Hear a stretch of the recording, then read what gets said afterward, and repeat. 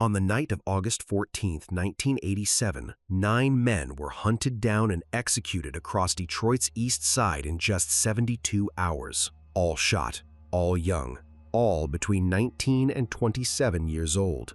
The perpetrators, 4 members of the same family, the Williams crew. A father and his 3 sons, moving like a tactical unit through streets they had walked since childhood. Detroit police would later call it the most methodical urban vendetta in the city's history. And the reason? Not drugs, not territory, not money. It was a 3-minute beating on a street corner and words spoken in front of 30 witnesses. Words a 43-year-old father decided he could not let stand.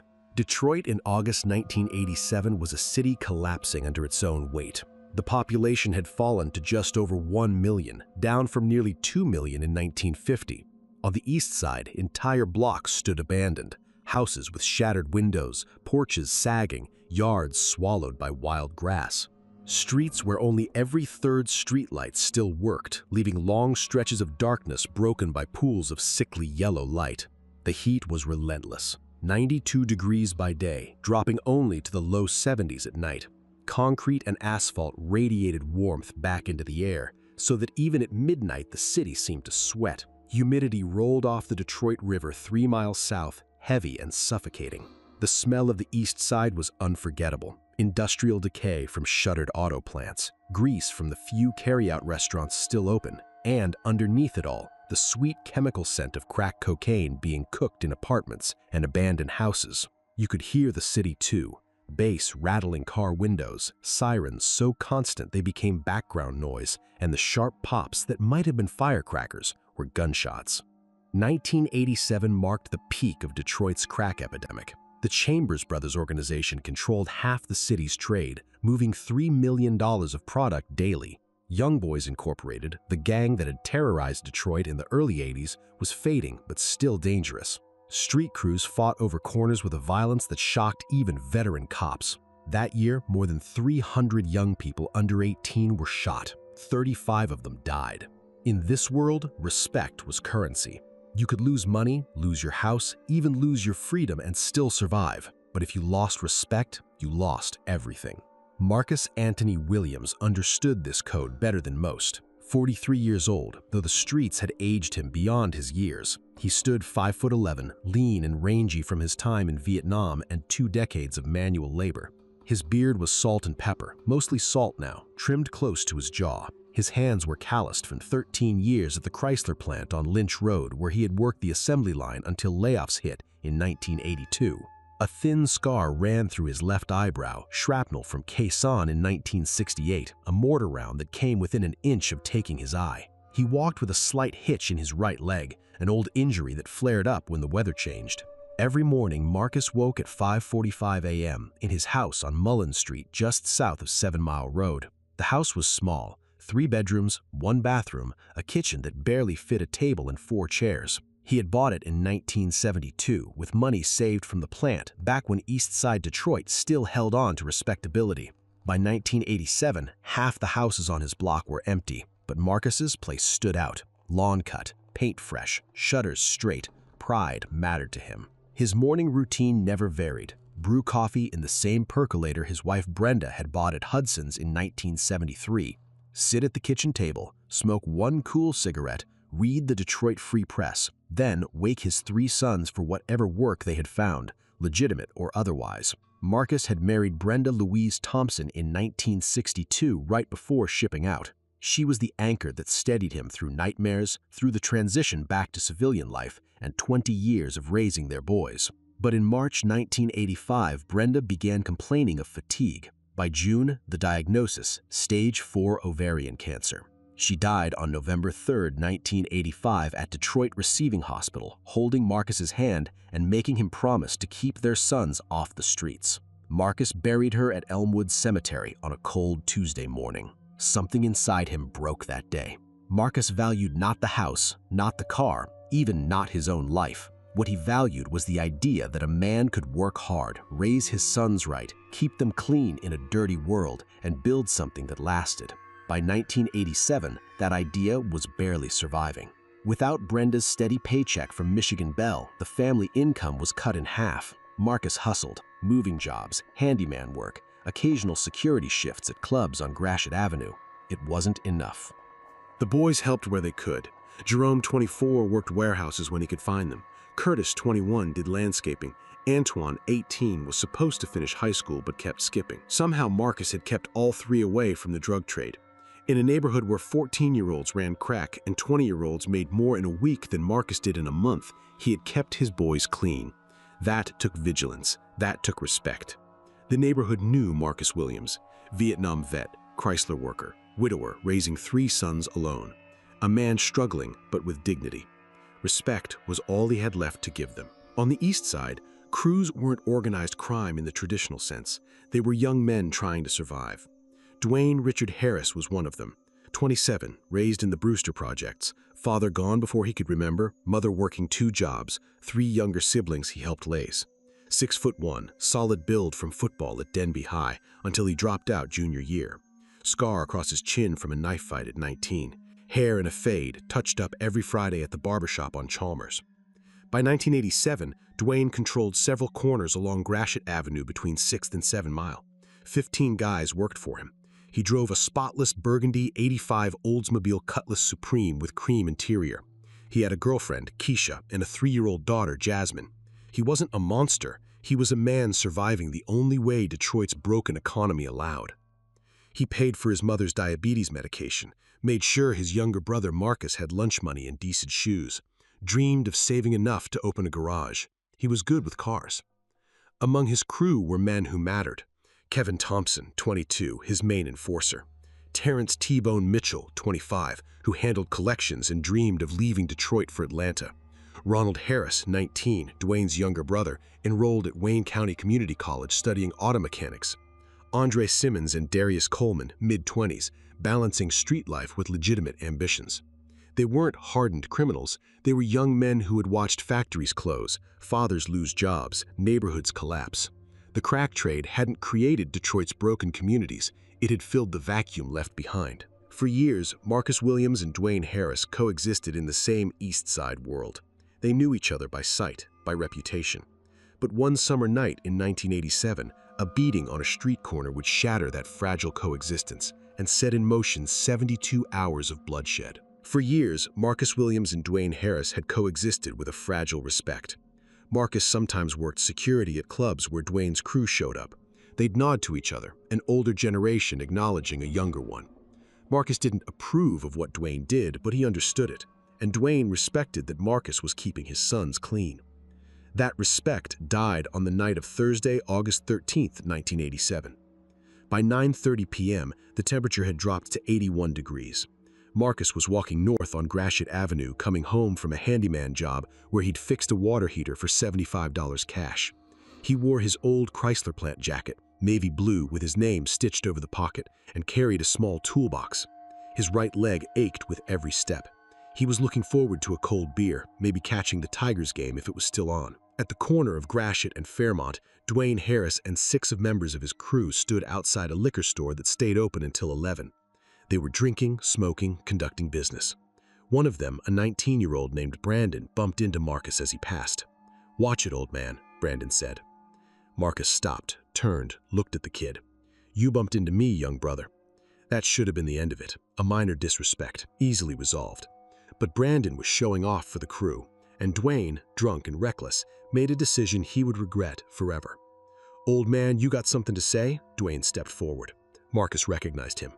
"Dwayne, no disrespect. Your boy bumped me. Just want acknowledgement." What happened next would be described by 37 witnesses. Dwayne laughed, then cut deep. "You're washed up, a washed house from the plant, a man who couldn't even keep his wife alive." The words hit harder than any punch. Marcus's face changed. He dropped his toolbox, stepped toward Dwayne. The beating lasted 3 minutes. 6 young men in their 20s against one 43-year-old. They knocked Marcus to the pavement, kicked him in the ribs, the back, the face. Someone took his wallet. Someone else took his wedding ring, the ring he had never removed since Brenda died. 37 people watched from windows, cars, sidewalks. No one intervened. That wasn't how it worked in that neighborhood in that year. When it was over, Marcus lay bleeding on the concrete, his left eye swelling shut. He heard Dwayne's voice above him. "Old man, you don't walk these streets like you own them no more. Your time is done." Marcus lay there for 60 seconds after they walked away. Then he pushed himself up, retrieved his toolbox, and began the slow, painful walk back to Mullen Street. Blood dripped onto his Chrysler jacket.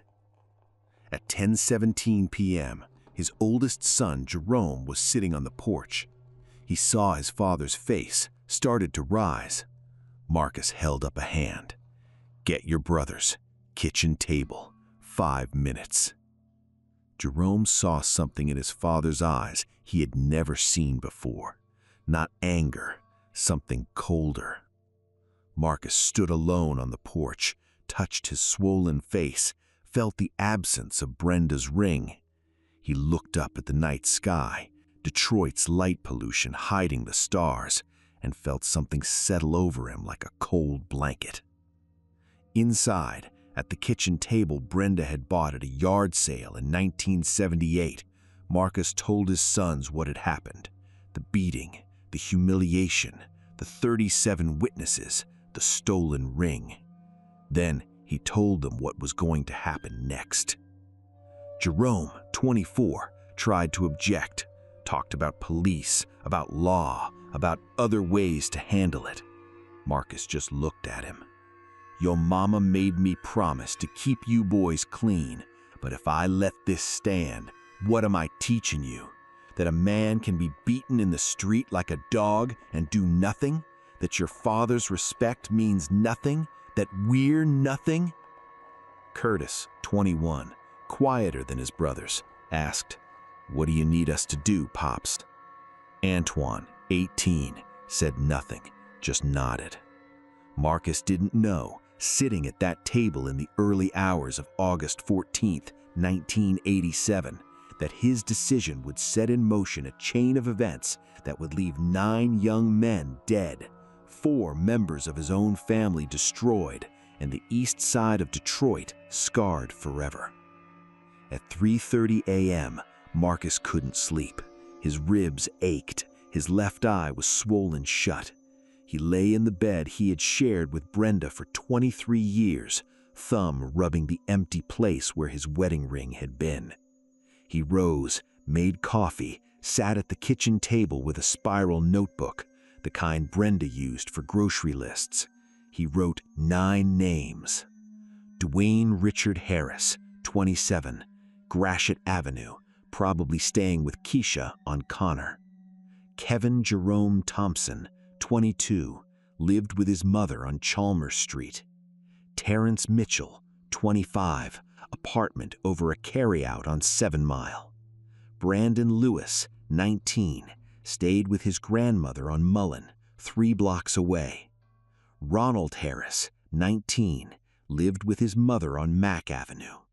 Andre Simmons, 23, rented a house near Outer Drive. Darius Coleman, 26, had a place on Harper. Jerome Little J. Washington, 21, moved around, hard to pin down. Marcus stared at the names. These weren't strangers. He knew some of their families. In another Detroit, the one that died with the auto plants, these young men might have worked alongside him at Chrysler, might have been his son's friends. But that Detroit was gone. This was the Detroit that remained, a place where 37 people watched a man get beaten and do nothing, a place where respect was the only currency left. At 5:45 a.m., Jerome found his father at the table. "Pops, you sure about this?" Marcus looked up. Jerome had Brenda's eyes. "Your brother, Antoine, is 18, the same age as some of these boys. If I let them beat me in the street and do nothing, what happens next time Antoine walks past them? What happens to Curtis? What happens to you?" "We could go to the police," Jerome said. Marcus laughed bitterly. "The police? Baby boy, the police got their own problems. They're not coming to the east side to investigate a street corner beating. You know that. Jerome sat down. Then we leave, move somewhere else, start over. With what money? And where are we going to go that we don't carry this with us? Marcus shook his head. No, this ends one way or the other. Curtis emerged from the bedroom, pulling on a t-shirt. What you need, Pops? Marcus's voice was steady. I need information. Where these boys stay, what time they move around, who's usually with them. Curtis understood what was being asked. By sunrise, on August 14, 1987, the Williams family had begun gathering intelligence, the first step in a vendetta that would unfold with military precision. Friday and Saturday, August 14th through 15th, 1987. The Williams family gathered intelligence. Curtis talked to people he knew on the streets, men who owed him favors, men who had seen Marcus beaten and felt uneasy about it. Jerome drove across the east side, noting addresses, watching routines, mapping patterns of movement. Inside their small house on Mullen Street, Marcus planned. At the same moment, Dwayne Harris was at his mother's place on Mack Avenue, helping her with groceries. Patricia Harris, 52, worked as a nursing assistant at Detroit Receiving Hospital. Diabetes was slowly breaking her down. Her feet hurt constantly. Her vision blurred. "Baby, when you gonna get out the game?" she asked, rubbing swollen ankles. "Soon, Mama, soon as I get enough saved up." "That's what you said last year. That's what you've been saying since you was 23. I don't want to bury you. I don't want to visit you in Jackson prison. I want to see you with a real job, married to Keisha, more grandbabies." Dwayne kissed her forehead. "I'm working on it, Mama, I promise." He had no idea someone was already working on him. On Saturday afternoon, Marcus's nephew, Lamar Washington, arrived. 22, compact and strong, scar on his neck from a bottle fight. He lived with the Williams family on and off since his mother died of a drug overdose in 1985. "Uncle Marcus," Lamar said, seeing his uncle's battered face. "Who did this?" Marcus told him. "What we doing about it?" "We're handling it." Lamar didn't ask for details. He just nodded. "I'm in." That made 4. Marcus still had his old service Colt .45 from Vietnam wrapped in oiled cloth in the back of his closet. But one handgun wasn't enough. Saturday evening, Marcus drove west to Livernois and McNichols. Robert, or Bobby Thompson, 51, lived there. No relation to Brenda. Bobby had done time in Jackson for armed robbery in the 70s, now made money buying and selling guns off the books. Marcus knocked at 7:15 p.m. Bobby opened the door, saw Marcus's swollen eye, and stepped aside. "Damn, Marcus, who got you?" "Need to buy some pieces. Can you help?" They had grown up 3 blocks apart. Bobby studied him. "This gonna come back on me?" "No. Whatever happens, your name stays out of it." Bobby disappeared into a back room, returned with 2 revolvers wrapped in newspaper. A .38 Special Smith & Wesson Model 10, a 9mm Beretta 92. Both used, both untraceable. $400 for both. I'm giving you a deal because I knew your wife. Brenda was good people.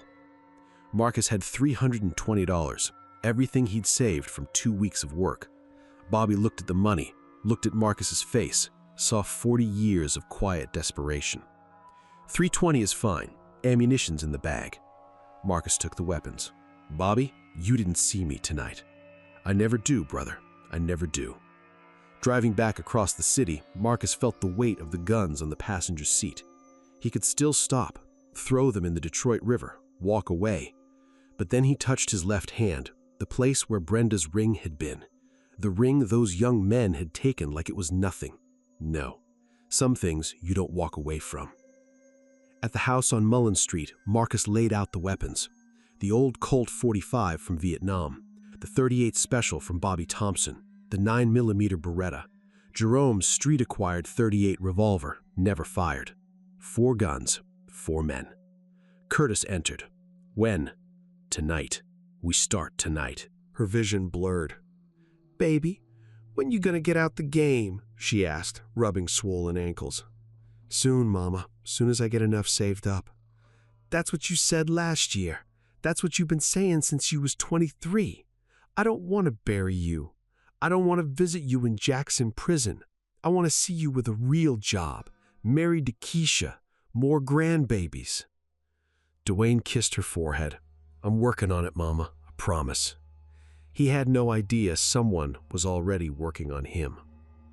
On Saturday afternoon, Marcus's nephew, Lamar Washington, arrived. 22, compact and strong, scar on his neck from a bottle fight. He lived with the Williams family on and off since his mother died of a drug overdose in 1985. "Uncle Marcus," Lamar said, seeing his uncle's battered face. "Who did this?" Marcus told him. "What we doing about it?" "We're handling it." Lamar didn't ask for details. He just nodded. "I'm in." That made 4. Marcus still had his old service Colt .45 from Vietnam wrapped in oiled cloth in the back of his closet. But one handgun wasn't enough. Saturday evening, Marcus drove west to Livernois and McNichols. Robert, or Bobby Thompson, 51, lived there. No relation to Brenda. Bobby had done time in Jackson for armed robbery in the 70s, now made money buying and selling guns off the books. Marcus knocked at 7:15 p.m. Bobby opened the door, saw Marcus's swollen eye, and stepped aside. "Damn, Marcus, who got you?" "Need to buy some pieces. Can you help?" They had grown up 3 blocks apart. Bobby studied him. "This gonna come back on me?" "No. Whatever happens, your name stays out of it." Bobby disappeared into a back room, returned with 2 revolvers wrapped in newspaper. A .38 Special Smith & Wesson Model 10, a 9mm Beretta 92. Both used, both untraceable. $400 for both. I'm giving you a deal because I knew your wife. Brenda was good people. Marcus had $320, everything he'd saved from 2 weeks of work. Bobby looked at the money, looked at Marcus's face, saw 40 years of quiet desperation. $320 is fine. Ammunition's in the bag. Marcus took the weapons. "Bobby, you didn't see me tonight." "I never do, brother. I never do." Driving back across the city, Marcus felt the weight of the guns on the passenger seat. He could still stop, throw them in the Detroit River, walk away. But then he touched his left hand, the place where Brenda's ring had been. The ring those young men had taken like it was nothing. No, some things you don't walk away from. At the house on Mullen Street, Marcus laid out the weapons. The old Colt .45 from Vietnam, the .38 Special from Bobby Thompson, the 9mm Beretta, Jerome's street-acquired .38 revolver, never fired. 4 guns, 4 men. Curtis entered. "When?" "Tonight. We start tonight." "Pops, you sure? Once we do this?" Marcus looked at him. "I've been sure since Thursday night, lying on that sidewalk with 37 people watching." Antoine appeared in the doorway, 18, still soft-faced. "Dad, I'm scared." He pulled him close, ignoring the pain in his ribs. "I know, baby boy. I'm scared too. But we're Williams men. We don't let people treat us like we're nothing." That night, Marcus sat alone in the living room. The hum of the refrigerator, distant sirens, photographs on the wall, wedding day, Brenda holding baby Jerome, birthdays, school photos, Belle Isle trip in '76, Thanksgiving '84, 6 months before Brenda's diagnosis. He knew what he was about to do would erase all of that, transform him from husband and father into something else, a name in the newspaper, a cautionary tale. But in the economy of respect that governed Detroit's East Side, there was no middle ground, no peaceful resolution, only the law of the street. 2:30 a.m., Sunday, August 16th. Marcus picked up the Colt .45, checked the magazine, chambered around, muscle memory from Vietnam. He felt no horror, no disgust, only cold certainty. At 3 a.m., he woke his sons and nephew. They dressed in dark clothes, no jewelry, no colors, nothing distinctive. Weapons distributed, instructions given, addresses reviewed. Jerome tried one last time. "Dad, we can't take it back." Marcus's voice was steady. "We're already gone, son. We left Thursday night on that corner. What we're doing now is just finishing what they started. At 3:45 a.m., Marcus stood at Brenda's side of the bed. Her pillow still smelled faintly of cocoa butter and mint shampoo. He picked up their wedding photo. "I'm sorry, baby. I know I promised to keep the boys safe, but they took your ring. They took my respect. They took the last piece of you I had left. I can't let that stand." He set the photo down gently, turned off the light, walked to the living room where his sons and nephew waited. No one spoke. 4 a.m., 4 men left the house on Mullen Street. The city was quiet, the darkest part of the night before dawn. Streetlights flickered. A few cars passed on 7 Mile. The Buick's transmission slipped between gears. Ammunition rattled in coat pockets. They drove past the corner where Marcus had been beaten. The liquor store was closed, security gate pulled down. It looked like any other corner in Detroit's East Side. Nothing special, nothing worth dying over, but worth killing over. Marcus had already answered that question. Meanwhile, by noon Sunday, August 16th, while the Williams family finalized their plans, Dwayne Harris was at his daughter Jasmine's 3rd birthday party. Backyard on Connor Avenue, kiddie pool, hamburgers on a charcoal grill. Jasmine wore a pink dress, frosting smeared across her face. Dwayne laughed as she tried to feed him cake with tiny hands. Kevin Thompson was there with his own daughter. Terrence Mitchell brought presents. Ronald Harris showed up between study sessions. None of them knew. None of them had any idea that their names had been written in a spiral notebook and that someone was coming for them. That Sunday night, as one family celebrated life, another prepared to deliver death. 11:47 p.m., Sunday, August 16th, 1987. Marcus Williams drove away from his house with 3 loaded weapons, 3 sons, 1 nephew, and a conviction harder than Detroit concrete. What unfolded in the next 72 hours would leave 9 young men dead, 4 members of his own family destroyed, and the east side of Detroit scarred forever. By 11:50 p.m., the temperature had dropped to 73 degrees, but humidity made the air heavy. The east side sat quiet in that dead hour between Saturday night chaos and Sunday morning church bells. Streetlights cast orange pools on cracked pavement. Somewhere in the distance, a car alarm wailed, then stopped. The smell of hot asphalt and garbage hung in the still air. Marcus sat in his Buick LeSabre, engine off, hands steady on the wheel. Ahead, 60 yards, stood Kevin Thompson's mother's house, a 2-story brick with an iron security gate and a porch light that flickered every few seconds. Through a second-floor window, Marcus saw the blue glow of a television. He picked up the Colt .45 from Vietnam, checked the magazine, 7 rounds. His hands didn't shake. He felt no fear, no doubt, only cold clarity, as if he were watching himself from outside his body. "Pops," whispered Jerome from the passenger seat. "Last chance to turn back." Marcus looked at his oldest son, saw Brenda's eyes staring back at him. "We're past that point." Jerome nodded. "Then let's finish this." The dome light had been disabled. 4 men climbed out of the Buick, moving through darkness like shadows. 11:52 p.m. Kevin Thompson stepped out, pulling the gate closed behind him. 22 years old, Pistons jersey, jeans, heading to his Monte Carlo parked at the curb. He saw Marcus 10 feet away. Recognition flickered. He started to speak. The shot from Marcus's Colt .45 split the night. Kevin fell backward against the gate. The sound echoed down Chalmers Street, bouncing off brick houses and empty lots. Marcus stood over the first body, waiting for guilt, for horror, for something human. Nothing came, only cold satisfaction. Inside the house, someone screamed. Lights came on. Marcus was already moving back to the car. Curtis covered him with the .38 Special. Jerome, Antoine, and Lamar climbed in fast.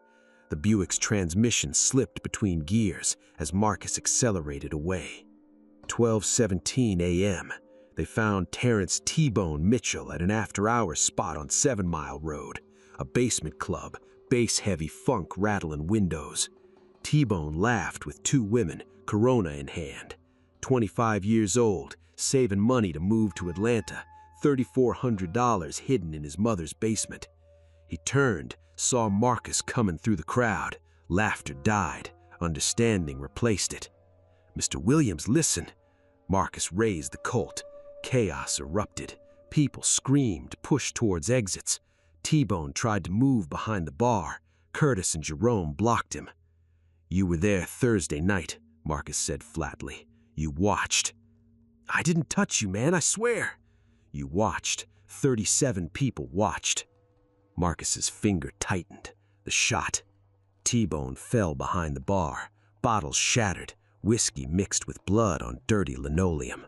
Marcus walked out through chaos. Nobody stopped him. Not nobody called police. Not in that neighborhood. Not for that kind of business. 12:44 a.m. Brandon Livison lived with his grandmother, Miss Evelyn, 71, who had once brought Marcus a casserole after Brenda's funeral. Marcus sat in his car, staring at her house. Antoine's voice was small. "Pops, that's Miss Evelyn's house." "I know." "She's good people. She brought us food after Mama." "I know," Marcus repeated, knuckles white on the wheel. Jerome leaned forward. "We can skip this one. Move on." Marcus sat for 5 minutes, the longest of the night. Thought about Evelyn's kindness. Thought about innocent people caught in crossfire. But Brandon wasn't innocent. He had laughed. He had participated. "No," Marcus said finally. He made his choice Thursday night. At 1:10 a.m., Brandon slipped out quietly, heading to meet someone. They took him 2 blocks away in an empty lot where abandoned cars rusted under the Detroit sky. Quick, professional. Brandon never saw it coming. Marcus looked at his hands holding the gun. Hands that had held newborn sons, tied shoes, cooked dinners, held Brenda's hand through 23 years of marriage. Now, they were killer's hands. The transformation was complete. 1:38 a.m. 4 eliminated. 5 names remained. Dawn was coming. Jerome's voice cracked. "We split up. Cover more ground." "No," Marcus said. "We stay together. We do this right. Ain't nothing right about what we're doing, Pops. But if we're doing it, we do it fast." Marcus looked at his sons and nephew. All of them had blood on their hands now. All of them changed forever. He wanted to tell them he was sorry, wanted to explain, but there was nothing to say. "All right," Marcus said finally. "Jerome, you and Lamar take the next address. Curtis, Antoine, you're with me. We meet back at the house by dawn." 2 cars now instead of 1, the hunt accelerating.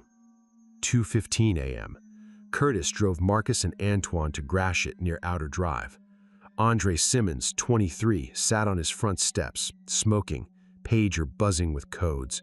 He looked up, saw Marcus approaching. "Mr. Williams, I know what this is about.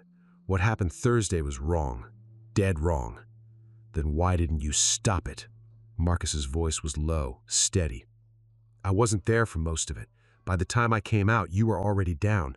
I didn't touch you, I swear on my mama, but you were there. You saw it happen." Marcus stopped 6 feet away, Colt hanging at his side. 37 people saw. Not one stopped it. Andre's voice rose. "What you want me to say? That I should have jumped in, gotten beat down too?" Andre's plea hung in the humid night air, but Marcus had already decided what came next. 2:33 a.m. Andre Simmons lay dead on his own front steps, pager buzzing with codes no one would ever answer. Marcus stood over him, Colt 45 still raised, Curtis and Antoine silent behind him. The void where emotion should have been had become absolute. The night crept toward dawn. A rooster crowed from someone's illegal backyard coop. A dog barked. Life continued, indifferent to death. 2:47 a.m. Jerome and Lamar found Darius Coleman at his house on Harper Avenue. 26 years old, the oldest of Dwayne's crew, trying for years to escape the game but pulled back by bills and survival. Jerome's hand shook as he raised the revolver. Darius pleaded, An 8-year-old daughter, no one else to care for her. Jerome hesitated. Lamar didn't. The shot echoed down Harper Avenue. Darius fell across his threshold, half in, half out of his house. Another name crossed off. 3:15 a.m. They caught Jerome Little J running toward his car. 21, scar over his eye, small build. He begged, claimed it was Dwayne's call, that he had only followed orders. Curtis's voice was cold. That wasn't following orders, that was a choice. Antoine held him down. The shot dropped Little J in an empty lot, broken glass and weeds around him. Antoine vomited, his body rebelling against what his mind had accepted. Marcus found them minutes later. 2 left, Ronald and Dwayne. Curtis objected. Ronald was 19, still in school, trying to get out. Marcus stood in that lot, surrounded by sons and nephew, all of them stained with gunpowder and guilt. The line had been crossed hours ago, but was there another line even further? Ronald gets a pass, but Dwayne doesn't. Dwayne answers for all of it. 4:02 a.m. Patricia Harris's modest brick house on Mack Avenue, Virgin Mary statue in the yard, porch light burning all night. Dwayne's Cutlass Supreme gleamed in the driveway. Marcus parked across the street, Colt heavy in his hand. Patricia opened the door, robe bra pulled tight, eyes tired from years of nursing work. She saw the gun, understood immediately. My boy's not here. He left an hour ago. Please, Mr. Williams, killing him won't bring you respect. It'll bring you prison. It'll bring you hell. Marcus's voice was steady. Where is he? Tears ran down her face. Connor Avenue, Keisha's place. But please, he's got a little girl, 3 years old. You take his daddy, you destroy that baby. Marcus turned away. Thursday night, your son destroyed my family. All I'm doing is balancing the scales. Her sobs followed him across the street, climbed into the Buick, sat beside him like an unwelcome passenger. 4:31 a.m. Keisha's apartment, 2nd floor. Stairwell reeking of urine and mildew, spray-painted gang tags on the walls, a broken light fixture swinging in the breeze. Marcus climbed alone. His sons and nephew waited below. He knocked. The door opened. Dwayne Harris stood there in a white t-shirt and basketball shorts, sleep fading from his eyes as he saw Marcus, saw the gun. You killed my crew, Dwayne said. All of them except your brother. Ronald wasn't there. This is insane. 8 dead over respect, over a ring. That ring was the last piece of my wife I had. Behind Dwayne, cartoons played on a television. A child's voice called, Daddy, who's at the door? Jasmine, 3 years old, about to lose her father. You got a daughter? Marcus asked. Yeah, Jasmine. She thinks I'm a superhero. She don't know what I do. She just knows I'm her daddy. Marcus's voice cracked. I had a wife, Brenda, 23 years married. Cancer took her. That ring you took was all I had left. 2 men stood in that doorway, both fathers, both broken, both trapped in a cycle of violence Detroit had created and normalized. This doesn't have to happen, Dwayne said. 8 dead, that's more than enough. The whole city knows you're not to be messed with. Marcus's finger tightened on the trigger. I finish what I start. And in that doorway, as dawn approached, Detroit held its breath, waiting to see if Marcus Williams would pull the trigger. Dwayne's words cut deep. Then my daughter grows up without a father, just like your sons almost grew up without theirs when you were overseas. Marcus knew. He had spent 13 months in Vietnam while Jerome and Curtis were babies, while Brenda raised them alone. He had missed first steps, first words, first everything. The thought of being absent had terrified him. For the first time that night, his hand shook. Then Jasmine appeared, 3 years old, purple pajamas with Barney the dinosaur, rubbing sleep from her eyes. Daddy, who's that man? Innocent, small, a child who could have been Marcus's own granddaughter.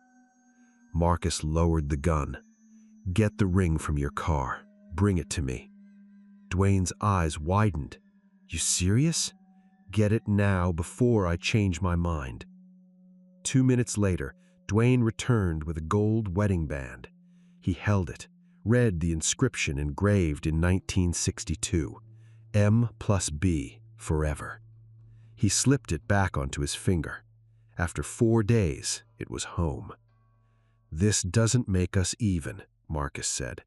8 of your crew are dead. You're alive because of your daughter, not because you deserved mercy. I know, Dwayne whispered.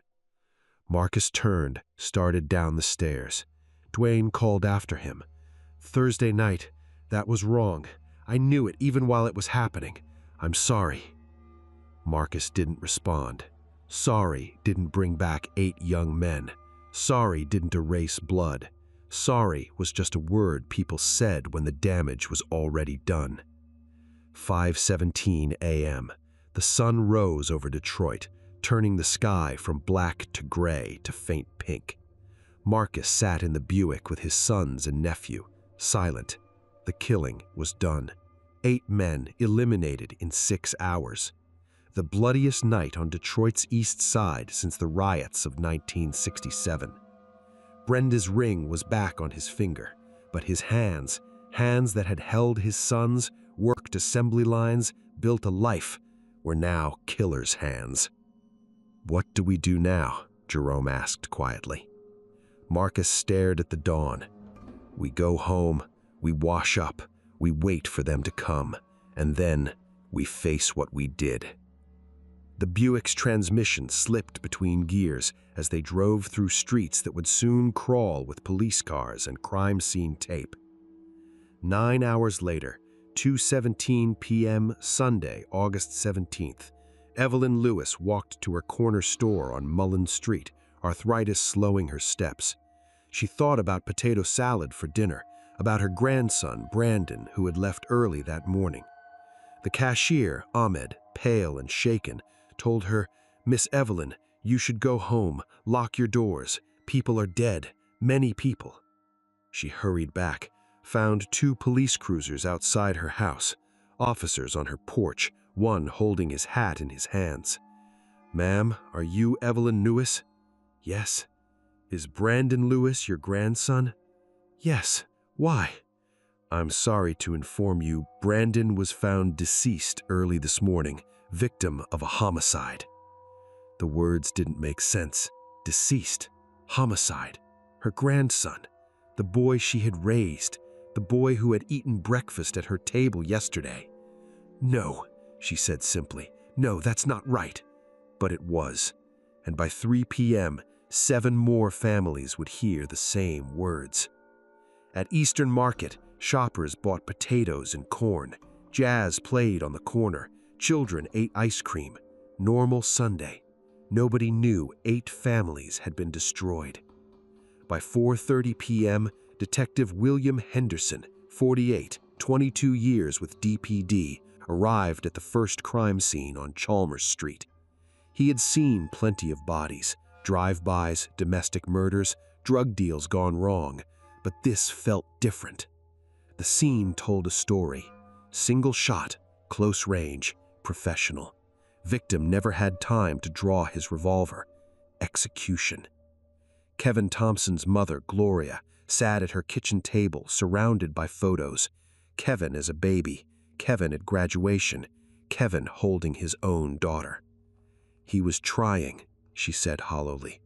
Working at the mechanic shop, saving money, wanted to go back to school. Mrs. Thompson, did Kevin have disputes with anyone? Henderson asked.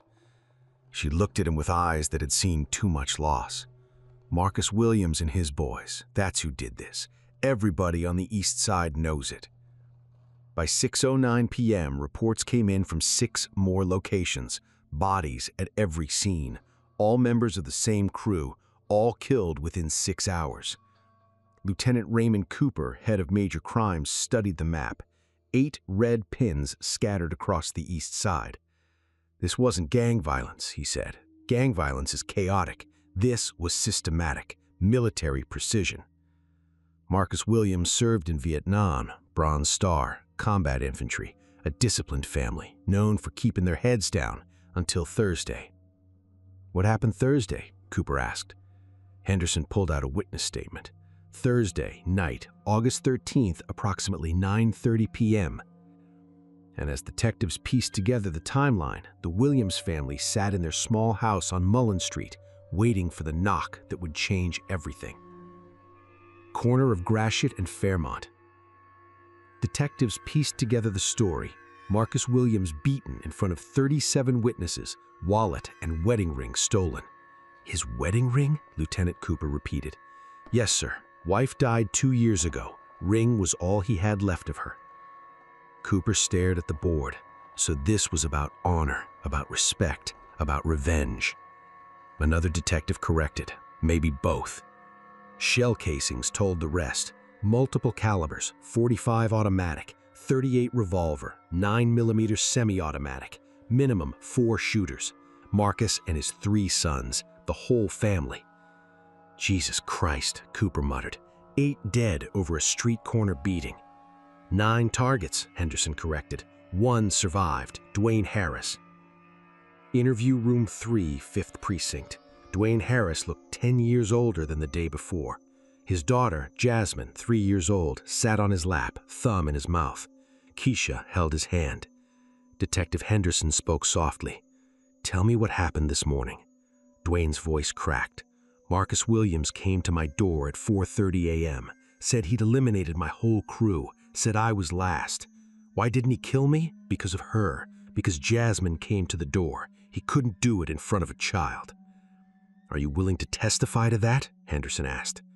Dwayne's anger flared. "Man killed 8 of my people, Kevin, T-Bone, Little J, my brothers, but he let me live, let me stay with my daughter. So yeah, I'll testify, not for you, for them, for justice.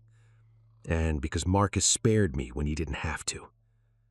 By Monday morning, August 18th, the news spread like wildfire.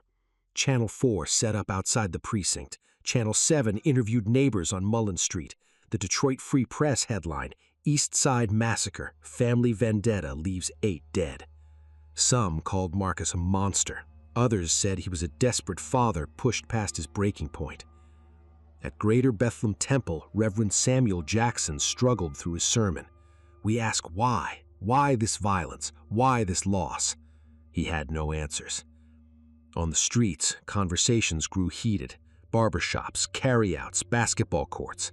An old man outside Lou's Food Market said, "I ain't saying what Marcus did was right, but I understand it. When you get beat in front of 40 people and nobody does nothing, when they take your wife's ring like it's nothing, sometimes a man snaps." But Kevin Thompson's mother stood outside her house, tears streaming. "My son had a daughter, 3 years old. Marcus Williams took her father, took her future over pride. That's not justice, that's murder." 6 a.m., Tuesday, August 18th. 8 officers approached the Williams house, body armor under shirts, hands near weapons.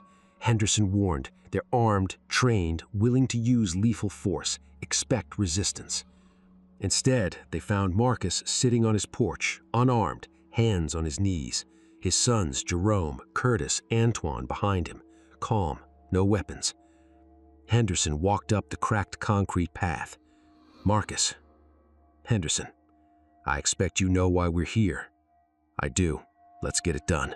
No point making this harder than it needs to be." Marcus stood, turned, put his hands behind his back. Henderson cuffed him personally. Jerome, Curtis, Antoine followed.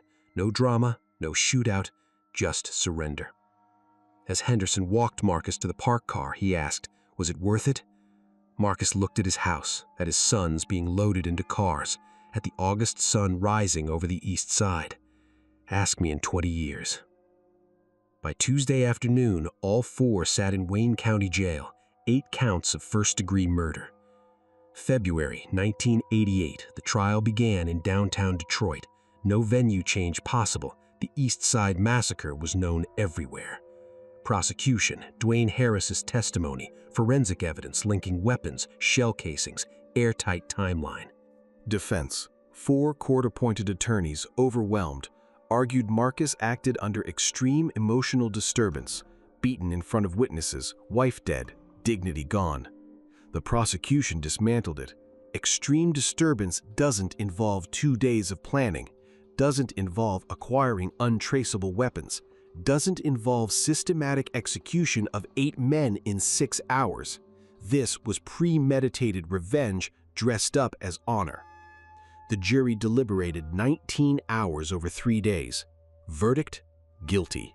All charges, all 4 defendants. Marcus Williams, life without parole. Jerome Williams, life without parole. Curtis Williams, 40 years to life. Antoine Williams, 35 years to life given his age. Marcus showed no emotion. He had known from the first trigger pull where he would end up. Marcus served 27 years in Kinross Correctional Facility, Michigan's Upper Peninsula. He worked in the prison library, helping inmates prepare for GED exams. Guards said he was one of the most disciplined men they had ever known. Quiet, respected, never sought trouble. But prison years are only part of the story. What haunted Detroit was not just the verdict, but the legacy, the families left behind, the scars that never healed. The military training never left him. In 2003, at age 59, Marcus became an ordained minister through a prison correspondence program.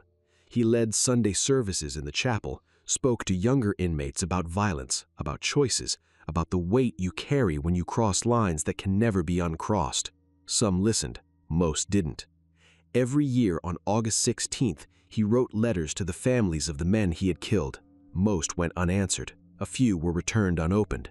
Only once in 2005 did Gloria Thompson, Kevin's mother, write back. Her words were simple. "Your apologies don't bring my son back. Your prayers don't erase what you did, but I forgive you anyway, because carrying hate for 18 years has already destroyed too much of my life." Marcus kept that letter folded in his cell until the day he died. On November 3, 2015, exactly 30 years after Brenda's death, Marcus suffered a massive stroke during morning count. He died in the prison infirmary at 6:42 a.m., 71 years old. The chaplain on duty said his last coherent words were, "Tell my boys I'm sorry. Tell Brenda I tried to protect them. Tell her I'm sorry I failed."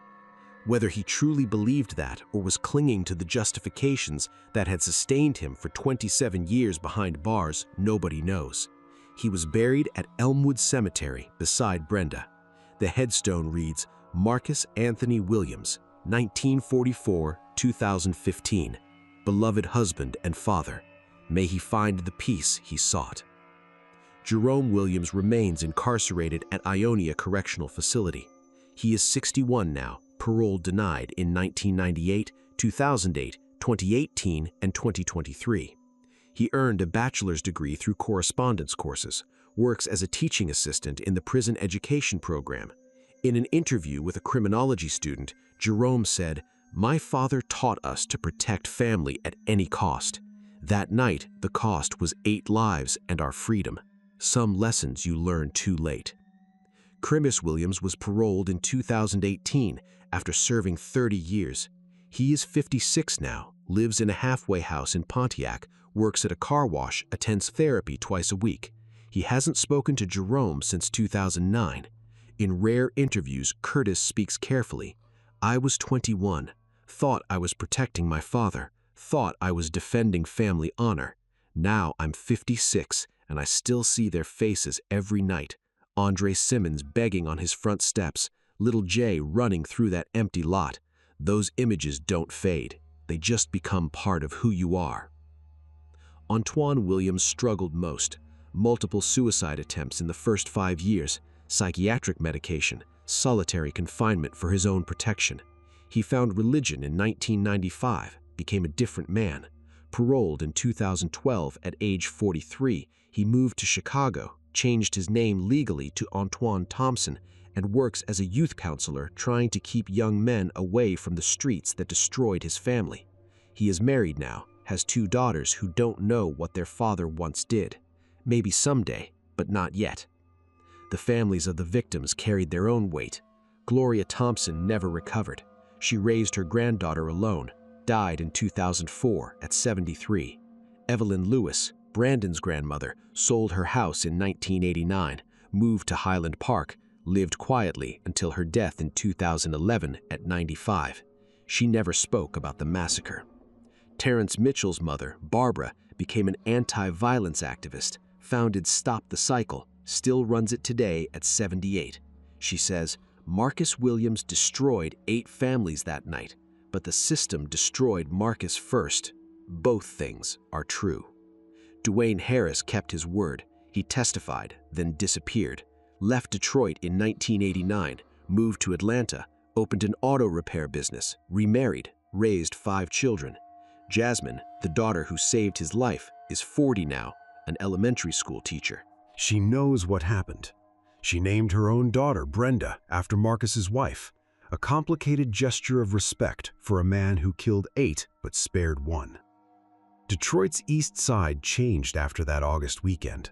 For a few years, violence dipped. Nobody wanted to be the next Marcus Williams. Meetings were held about respect, about alternatives to violence. But within 5 years, new crews formed, new disputes arose, the crack epidemic peaked, and the lessons faded. Detective William Henderson retired in 2010 after 44 years. In a 2019 podcast, he said, "Legally, Marcus Williams was a mass murderer who deserved every day of his sentence. Morally, he was a desperate father in a broken city where the system had failed." The law says one thing, the streets say another.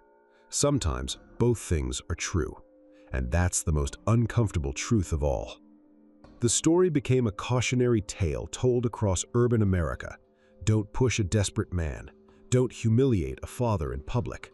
Don't underestimate what ordinary people will do when they have nothing left to lose. Marcus Williams' story has no heroes. It has a father who loved his family more than his own life, and 8 young men who made choices, some cruel, some simply following orders, that set tragedy in motion. It has a system that failed at every level: economic collapse, absent police protection, a street code so rigid it made violence seem like the only option left. 37 witnesses stood by while a man was beaten, because that was survival in 1987 Detroit. Was Marcus Williams a murderer? Yes. He eliminated 8 men with planning and precision. Was he also a desperate father, driven to extremes? Yes. Both things can be true. And that is the most disturbing part, because it forces us to ask, what would we do in his place? How far would we go to protect our dignity when humiliated in front of dozens? Does justice exist when police won't come, when witnesses stay silent, when respect is the only currency left? Marcus crossed a boundary no human being should cross, but that boundary existed in a world where institutions had collapsed, where respect was all that remained. There is no easy answer, no clear moral, no satisfying conclusion.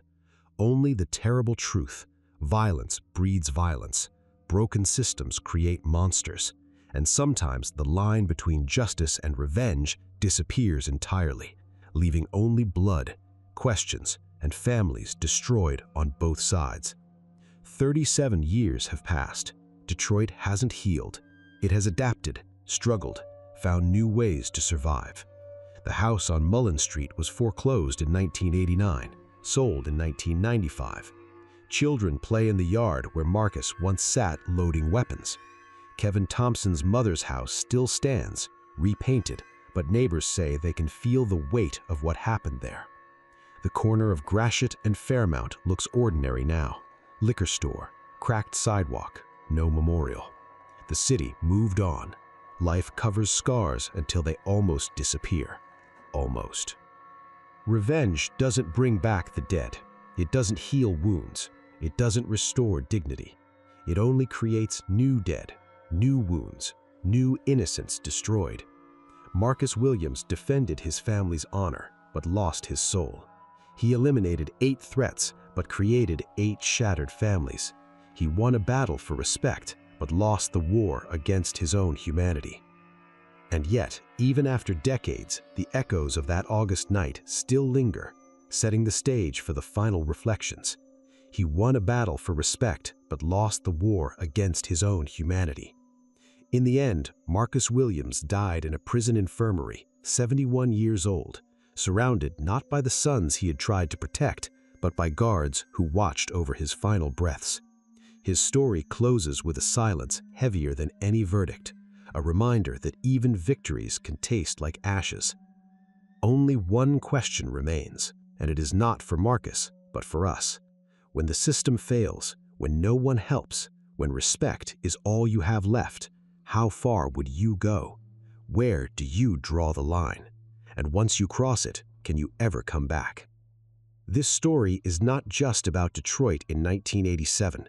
It is about every forgotten neighborhood where desperation takes root, where institutions collapse, where humiliation becomes unbearable, and where men are pushed past their limits. The names change, the cities change, but the fundamental question remains the same. What transforms a decent father into something else entirely? And are we all just one humiliation, one broken promise, one desperate moment away from crossing lines we never thought we'd cross? If this story made you think about justice, revenge, and the price we pay for protecting those we love, leave your like and share this video. Subscribe for more true stories that challenge what we think we know about right and wrong, about law and morality, about how far ordinary people will go when they are pushed to the edge. Comment below, what would you have done in Marcus Williams' position? Where do you draw the line between justice and vengeance? Because these stories aren't just from the past. They are happening right now, somewhere in the shadows of cities where the system has failed and desperation takes hold. Until next time, remember, the monsters we fear aren't always born that way. Sometimes they're made. One beating, one stolen ring, one night when honor demands blood, and the only justice available comes from a gun.